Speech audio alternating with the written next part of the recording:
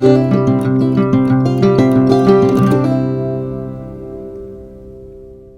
evening everyone, myself Kamali Haldar. I welcome you all to the classes of education. As you know that I will be teaching you geography. So without any delay, let's begin. Now let's moving over to the intrusive landform. That means which are forming inside the interior of the earth. You can see for the diagram itself, there is a volcano. But volcano means what? Direct source of information happening on the surface of the earth. But intrusive means something is happening inside the interior of the earth.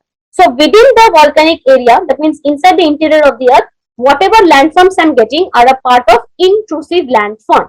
Okay, now let's consider batholith. Inside there is magma. So when I am talking about the magma chamber, let's say for example, this is the magma chamber and this is point A, this is point B. Obviously the A point is having a higher temperature than B. So whenever the molten material is coming out from the A, the moment it touches B, it will tend to solidify because the B is having a lower temperature than A, because the B point is away from the interior of the earth, the extreme interior of the earth, or away from the magma chamber. So what happens? Sometimes what nature does is that when the magma is tending to solidify over a larger distance, that is about more than 100 square kilometer. Technically the benchmark is 100 square kilometer. When the magma spreads over more than 100 square kilometer, we then call it batholith. I'm not writing it over here. You can see for the write-up itself. It is called batholith, the largest intrusive igneous rock body. Igneous means those type of rocks which are formed inside the interior of the earth. But for now, I will just use the word intrusive. Those type of intrusive landforms which are formed inside the interior of the earth, that is called batholith. And a type of intrusive landform which is a shorter form of batholith. Shorter form of batholith, less than 100 square kilometer, we call it a stock. So your batholith is more than 100 square kilometer, less than 100 square kilometer is the stock. Okay, let's consider laccolith. All these type of landforms which you are seeing is formed because of the magma that is solidifying in the interior of the earth. Magma chamber is there. Alright, now what happens? Inside also there are the layers of rocks which are solidified. This is one layer of rock which are solidified because of magma. This is another layer of rock. This is another layer of. Now I'm using green color, otherwise it's not visible properly. The magma, I'm giving a green color to the magma. The magma is trying to come up. The magma is trying to come up and it is giving, can I say, it is giving the push to this particular layer, the first layer, it is giving the push. Now, for example, my hand is the magma, this is the rock layer. If I am giving it, the rock layer was completely flat. I am giving the push. When it was earlier flat. When I was giving the push, it became bit bulged.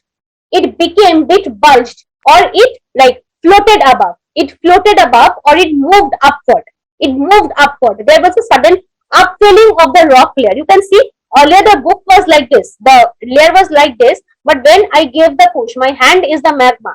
When my hand gave the push, it bulged out. It leaped forward. So here what happens, sometimes the rock layers, because of that push or the upwelling from the magma, it tends to rise up. It tends to rise up. So technically this layer is not there anymore because the layer has gone up. And this layer looks like a loaf of bread. When you buy a bread, the bread structure, the upper portion is like floated, is bloated. So this portion of the rock is then called laccolith. This portion of the rock, which is bloated one like a loaf of a bread because of the upwelling magma, we call it laccolith. I'll increase the font size. It is called the laccolith. Okay. Similarly, what happens? Opposite of the upwelling, opposite of this loaf of bread, we have another feature that we call locolith or laccolith. The magma is trying to come up. Two things that a magma can give. Either the magma will give a push, it will bloat up, the rock layer will bloat up, or it will melt the area in such a manner that the area falls down. That is subsidence. So I am talking over here about the subsidence. Sometimes the magma which is trying to come up comes up in such a manner that it melts the area.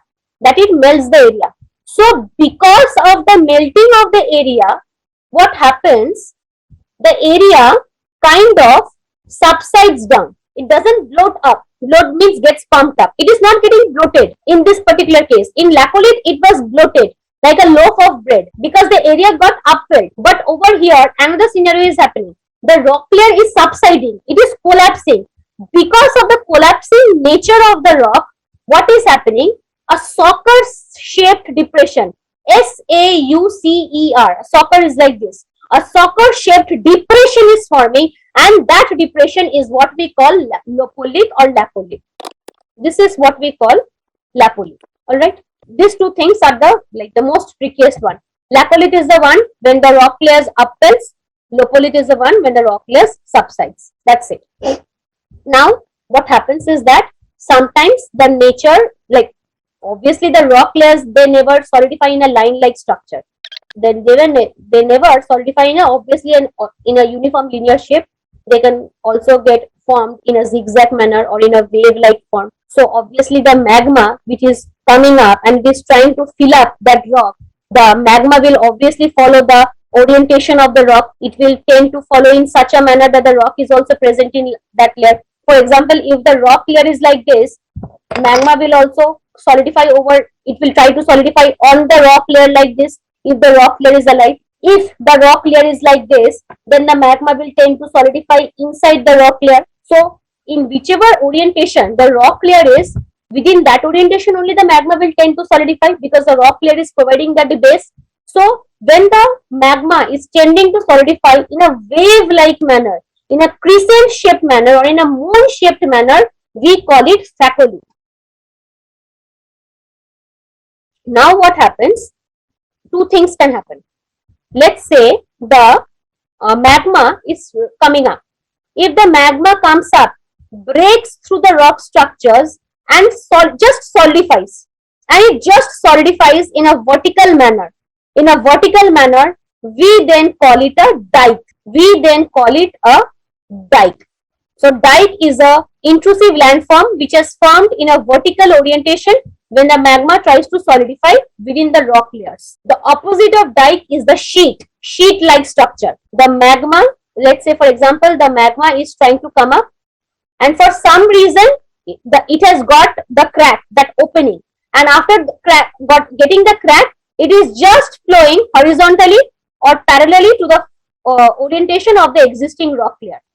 When it is flowing parallelly or horizontally to the existing orientation of the existing rock layer, then that particular landform is what we call sill, S-I-L-L. So dike is the vertical orientation of the intrusive landform. Sill is the horizontal orientation of the intrusive landform. Okay.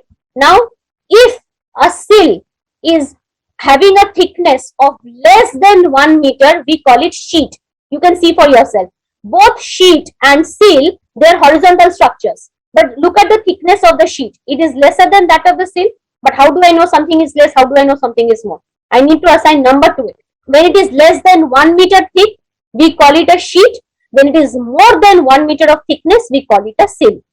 Okay. So these are all the intrusive landforms which are formed because of the solidification of the magma inside the Earth's surface. We have done the classification of volcanoes on the basis of the location, that is intrusive landform, and the extrusive landform, that is the classification of volcanic landform. Over here we are again going to classify, that is the classification of volcanoes on the basis of the frequency of eruption or the intensity of eruption. कितने बार वो erupt कर रहा है, how many times it is coming out. By the word active means what? We are very active, that means we are active in our what? Active in geography classes means taking interest, being more active, not being very lazy, always taking down the running notes on time, doing the revision work on time. So the inactive volcanoes, the volcanic eruption also take place in their timely basis or routine basis as per their own way. So they are very active, they are very energetic, they can erupt any moment, and always, like throughout the year they erupt. The classic examples are the Mount Stromboli in Mediterranean Sea or Mount Etna in Italy. Dormant volcanoes are also known as sleeping volcanoes. Why sleeping? For example, when you are sleeping, it is not that 365 days, 24 hours you will sleep. One day at a time you will wake up. But when you will wake up, I have no idea about that. Similarly, the same thing happens with the case of volcanoes.